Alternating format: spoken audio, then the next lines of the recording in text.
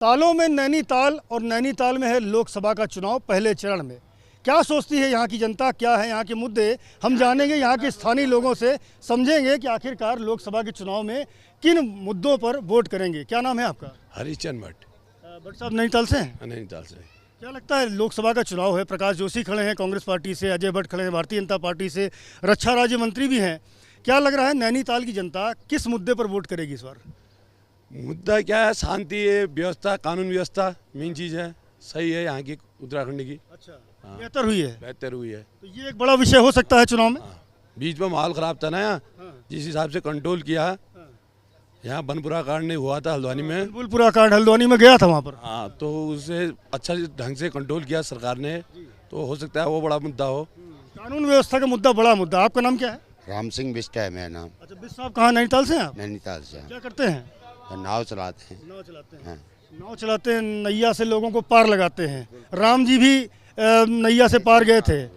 राम मंदिर बन गया, पताका फहर रही ऊपर, मैं देख रहा हूँ आप लोगों की दुकानों पे। कितना असर है राम मंदिर का? बहुत बढ़िया असर है। हमारे 500 वर्षों से जो मुद्दा पूरा नहीं हुआ था, हमारे मोदी सरकार ने वो मुद्दे को पूरा करा। किसी को एहसास न होते हुए भी, किसी को मालूम न होते हुए भी राम मंदिर बना के दिखाया। और कश्मीर का मुद्दा जो था, कश्मीर का मुद्दा सालों से लटका पड़ा था, 370 हटाया गया, वो सबसे बड़ा मुद्दा मोदी जी ने करा। हमको ऐसी ही सरकार चाहिए, हम इसी सरकार पर विश्वास करेंगे। ये क्या कश्मीर का मुद्दा या राम मंदिर का मुद्दा नैनीताल की लोकसभा में प्रभावी होंगे? बिल्कुल प्रभावी होंगे। वो तो हमारा ही हिंदुस्तान है, हमारे हिंदुस्तान का एक अंग है। उस अंग को फ्री करना एक मोदी जी का बहुत बड़ा पहलू है। अच्छा, और क्या क्या चीज़ें हैं नैनीताल के लोकल इश्यूज की अगर मैं बात करूं तो क्या लगता है यहाँ कौन से विषय हैं जिनको लेकर के आप लोग वोट करने जाएंगे? शांति व्यवस्था, शांत वातावरण है नैनीताल का, माहौल ऐसा ही बना रहे। टूरिस्टों, ये टूरिस्ट प्लेस है एक, यहाँ उनकी दिक्कतों का समाधान किया जाए। मेन यहाँ की प्रॉब्लम है पार्किंग। पार्किंग के लिए कोई नया वो बनाया जाए और यहाँ का पर्यटन कारोबारियों को परेशानी न हो, ऐसा कोई नियम बनाया जाए। स्थानीय लोगों के लिए बड़ा विषय है। टाइम पे पर्यटकों को रोक दिया जाता है नीचे, जिससे यहाँ का व्यवसाय प्रभावित होता है। यहाँ अधिकतर लोग अपने व्यवसाय से ही अपनी आजीविका चलाते हैं, उस पर कोई वो ना हो। इसी मुद्दे पर वोटिंग होगी। पर्यटन एक बड़ा विषय है क्या? आपका नाम क्या है? मेरा नाम सुनील है। क्या करते हैं सुनील? ये शॉप है हमारे यहाँ पर। तो पर्यटन से तो बड़ा डायरेक्टली जुड़े हुए हैं। क्या लगता है पर्यटन एक बड़ा मुद्दा है नैनीताल के लोकसभा चुनाव में? पर्यटन तो है ही। नैनीताल जैसे सबको पता है हिल स्टेशन है, यहाँ पर्यटन आते हैं। टूरिज़्म तो बहुत इम्पोर्टेंट फैक्टर है यहाँ की इकनॉमी के लिए, यहाँ के लोगों के लिए। यहाँ के लोगों के लिए, यहाँ की इकनॉमी के लिए टूरिज्म एक बड़ा व्यवसाय है। आपका नाम क्या है? मेरा हेमंत कश्मीर है। क्या करते हैं? हाँ जी, काम करते हैं सब। काम करते हैं। हाँ जी। क्या लगता है पर्यटन एक बड़ा विषय है उत्तराखंड में? हाँ, तो पर्यटन बढ़ रहा है या स्थिर है या घट रहा है, क्या स्थिति है? पार्किंग की प्रॉब्लम है यहाँ पर, और कोई दिक्कत नहीं है यहाँ। नैनीताल में परेशानी होती है पार्किंग की बस। पार्किंग अगर बेहतर हो जाए तो यहाँ कारोबार ठीक से चलने लगेगा। क्या लगता है आपको, पार्किंग बेहतर होनी चाहिए? जी, पार्किंग की सुविधाएं बेहतर होनी चाहिए। आम आदमी को भी परेशानी ना हो, टूरिस्ट जो बाहर से आते हैं उन्हें भी परेशानी ना हो, क्योंकि यहाँ अधिकतर व्यवसायी हैं। छोटी सी जगह है, सारे परिवार व्यवसाय से ही पल रहे हैं। टूरिज्म एक बड़ा व्यवसाय है। वीर जी, क्या नाम है आपका? मनप्रीत सिंह। अच्छा, क्या करते हैं? यहाँ होटल है जी, हमारा छोटा सा होटल है। क्या लगता है नैनीताल का जो लोकसभा चुनाव है उसमें क्या विषय है? नैनीताल के स्थानीय लोग, आप तो नैनीताल में रहते हो, तो क्या लगता है किन मुद्दों पर यहाँ की जनता वोट करेगी? इधर देखिए, यहाँ पर जगह छोटी है, टूरिज़्म प्लेस है। सबसे पहली चीज़ तो यहाँ पर पार्किंग की है, जो इशू है।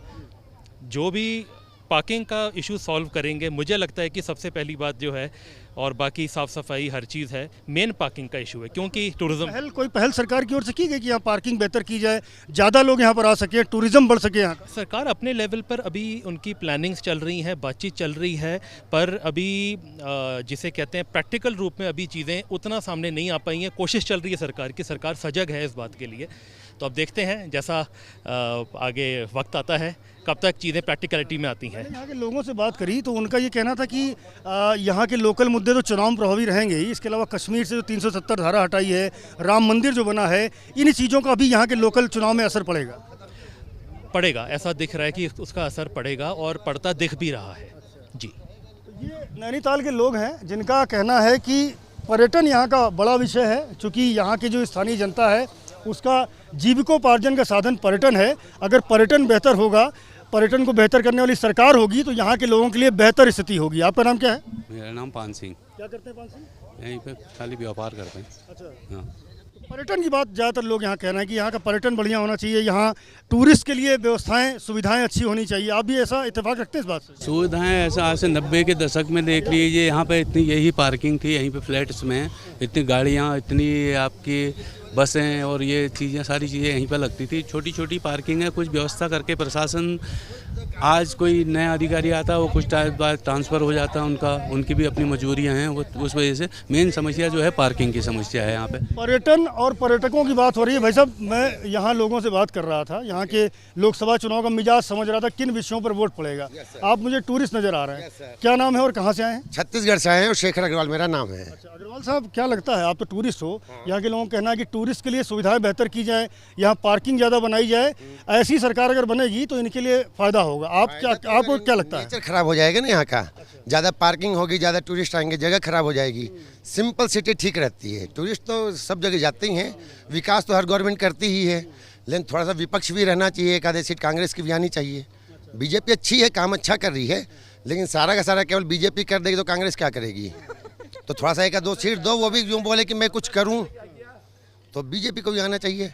मैं आना बीजेपी को चाहिए, लेकिन कांग्रेस की भी 2-4 सीट आनी चाहिए। आप बीजेपी को लाना चाहते हैं, लेकिन विपक्ष मजबूत देखना चाहते, नहीं तो बीजेपी फिर हीरो बन जाएगी, फिर जो काम चाहिए फिर नहीं होगा। अभी आप देखिए जितने भी कांग्रेस वाले हैं सबको बैठा दिए, उनके ईडी वीडी छापे पड़ रहे हैं, फिर कांग्रेस में बेचारे लड़ेंगे कैसे? और विपक्ष मजबूत नहीं होगा तो मजा नहीं। मजबूत होना चाहिए कनिष्का अग्रवाल।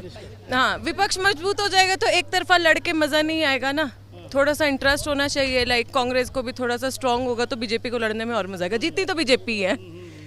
तो ये स्थानीय लोग थे, कुछ पर्यटक भी थे जिनसे मैंने बात की और समझा कि आखिरकार नैनीताल लोकसभा के चुनाव में कौन से मुद्दे प्रभावी हैं। तो बात निकल के आई है पर्यटन बेहतर होना चाहिए। हालांकि टूरिस्ट ऐसा सोचते हैं कि अगर बहुत यहाँ भीड़ होगी तो यहाँ का जो नेचुरल लुक है वो कहीं ना कहीं प्रभावित होगा। बहरहाल 4 जून को नतीजे सामने होंगे, तब नैनीताल की भी स्थिति स्पष्ट हो जाएगी। कैमरामैन प्रेम सिंह के साथ संजय त्रिपाठी, ABP न्यूज़, नैनीताल।